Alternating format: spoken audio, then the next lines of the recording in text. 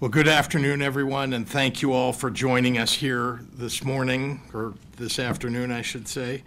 I'm honored to welcome Ukraine's Prime Minister, Denis Shmyhal, and the United States Special Representative for Ukraine's economic recovery, and my sister, Penny Pritzker. We're here today to celebrate the strong alliance between the United States and Ukraine and the special relationship the people of Illinois have with the people of Ukraine.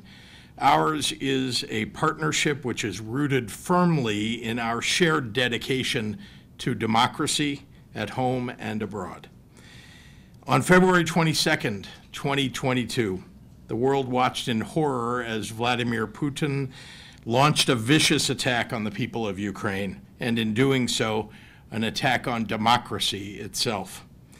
In the face of a modern and deadly Russian army, the Ukrainian people, led by President Zelensky and Prime Minister Shmyhal, have stood resolute in their commitment to preserving Ukrainian independence, and we in Illinois stand with them. We stand with Ukraine because the people of Ukraine deserve a democratically elected government of their own choosing. We stand with Ukraine because the spotlight of history will prove this fight to be one for justice. I'm proud that the Illinois National Guard has been deployed to Poland to assist Ukrainian families who have sought refuge from the war.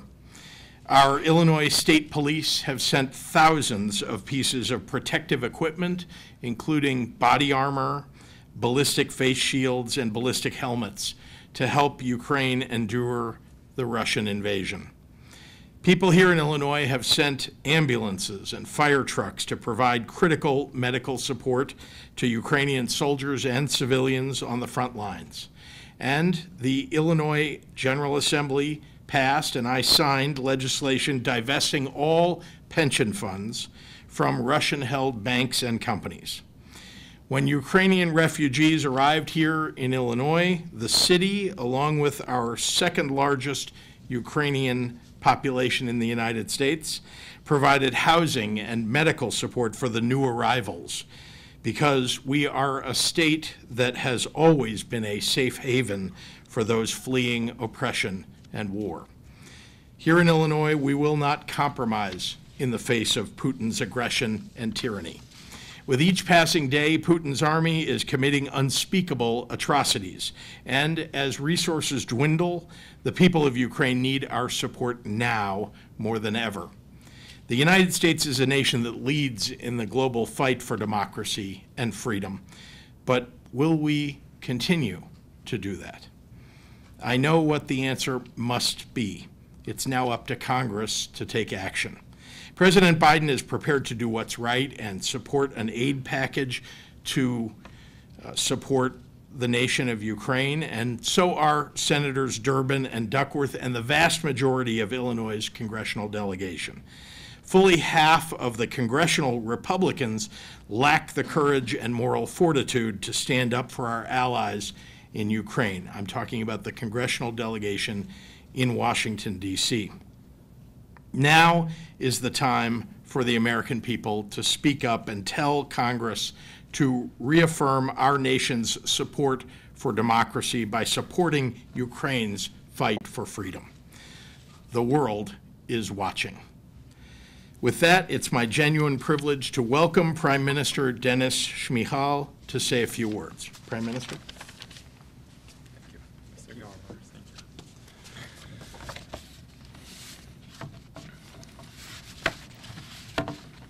Mr. Governor, Madam Special Representative, dear Penny, it's both symbolic and important that my visit to the United States begins in Illinois, the state that has shown outstanding support for the people of Ukraine and our struggle for freedom since the beginning of the full-scale Russian invasion.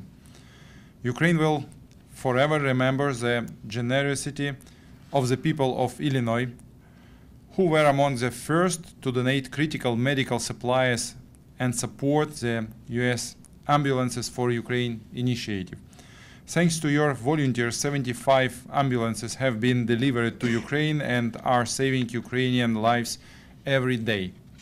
I would like to take this opportunity to thank Governor Prіцкер for his support on this initiative and for his personal leadership. Thank you so much. It is impossible to overestimate the value of all the humanitarian assistance that Chicagoans and the people of Illinois, including the Ukrainian diaspora, have provided to Ukraine so far.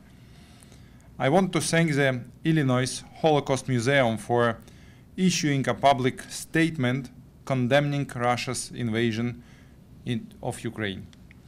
I also express my deepest gratitude to Secretary Penny Prіцкер for her significant commitment to Ukrainian affairs and for supporting our recovery, in particular for assisting in the development of implementation of steps to strengthen the Ukrainian economy.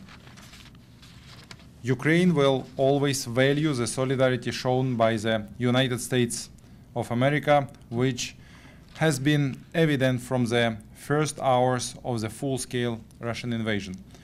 We are grateful for significant financial support, nearly 23 billion over 2 years.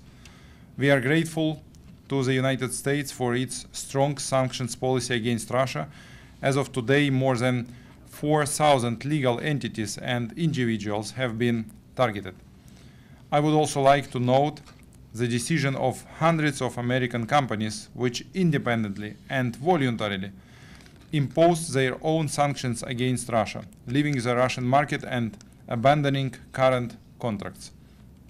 We call on companies doing business in Russia and headquartered in Illinois to join the ranks of ethically and socially responsible global companies that have already stopped doing business with or in Russia and refuse to use their tax dollars to finance Russian war against Ukraine.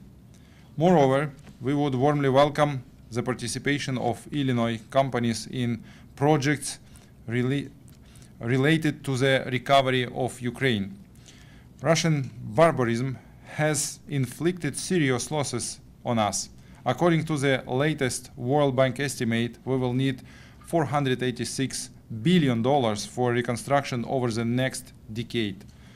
Russia has destroyed or damaged over 250,000 residential buildings, 3,800 schools, and 1,500 medical facilities. Our reconstruction will be a massive global project, the largest since the end of the World War II. This initiative can be undertaken not only by states and international institutions, but also by cities and communities. I hope that Chicago and other communities in Illinois will express a desire to support and take on patronage over Ukrainian cities affected by the war. This would be another important display of your solidarity. Ukraine is currently experiencing the most difficult time in its recent history, but we never doubt the triumph of good over evil that we will overcome. The enemy rebuilt what was destroyed, and together with the civilized world, we will develop for the benefit of all humanity. I am confident that Ukraine and the United States of America will stand shoulder to shoulder in this important mission. Thank you, Mr. Governor. Thank you, Madam Prіцкер. Thank you for this invitation and for staying here with very, very fruitful meetings and conversations. Thank you.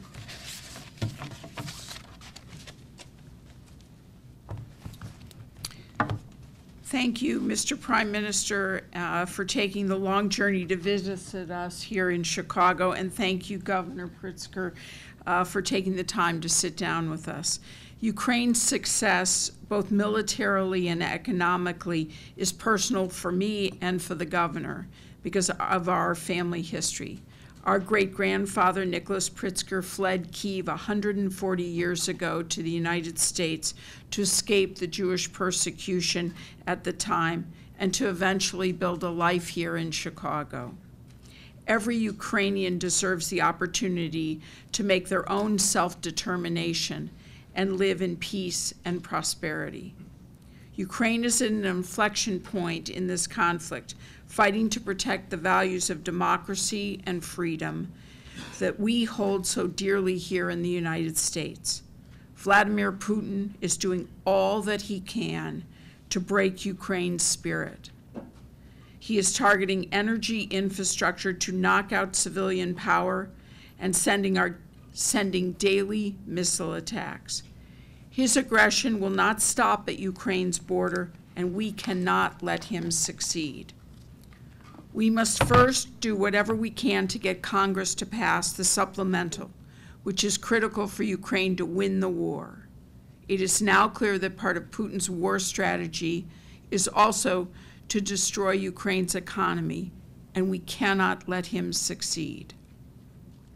Since my appointment as Special Representative for Ukraine's economic recovery by President Biden, I have been working in partnership with the Prime Minister and the government of Ukraine to strengthen the enabling environment for private sector investment and working across key sectors to boost Ukraine's economy now. We have already seen positive economic indicators across key sectors and growing private sector investment. Just last week on my trip to Kyiv, I participated in the announcement of a deal to supply 40 U.S. manufactured locomotives to Ukraine's railway system, with support from the U.S. Export-Import Bank and the government of Ukraine. Numerous Illinois-based businesses are already engaged in Ukraine, companies like ADM, Aon, and McDonald's. But I would love to see even deeper ties. Earlier today, we met with several Illinois-based CEOs and discussed their current and potential activities in Ukraine. It was a great conversation and gave a platform for businesses to share opportunities they see and barriers they face as they consider increased engagement in Ukraine. In order for Ukraine to win the war and win the future, it is essential it continues to transform into a Western-facing, export-oriented economy that is truly fully integrated into the European Union. And I'm excited that Illinois-based companies will be a part of that work. Thank you.